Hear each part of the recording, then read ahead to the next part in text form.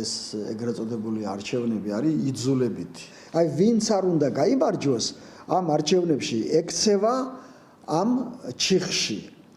ესე იგი ის ან უნდა დაეთანხმოს რუსეთის წინადადებას, რაც არის აფხაზებისთვის ეროვნული ტრაგედია, ან არ უნდა დაეთანხმოს, რაც არის ეკონომიკური კოლაფსი და იგივე ეროვნული ტრაგედია.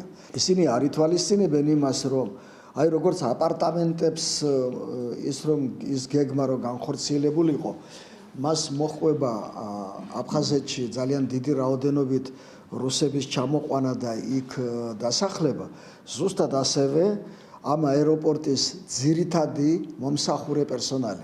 ეს რა თქმა უნდა ჩამოდის რუსეთიდან და მე ჩვენ არ უნდა დაგვავიწყდეს ის, რომ ეს არის არა მარტო სამოქალაქო იმ ხელშეკრულებით, რაც სოხუმმა და მოსკოვმა გააფორმა, არამედ სამხედრო აეროპორტიც და შესაბამისად იქ აფხაზებს საერთოდ არ დაუშვებენ, საერთოდ არ შეუშვებენ შიგნით.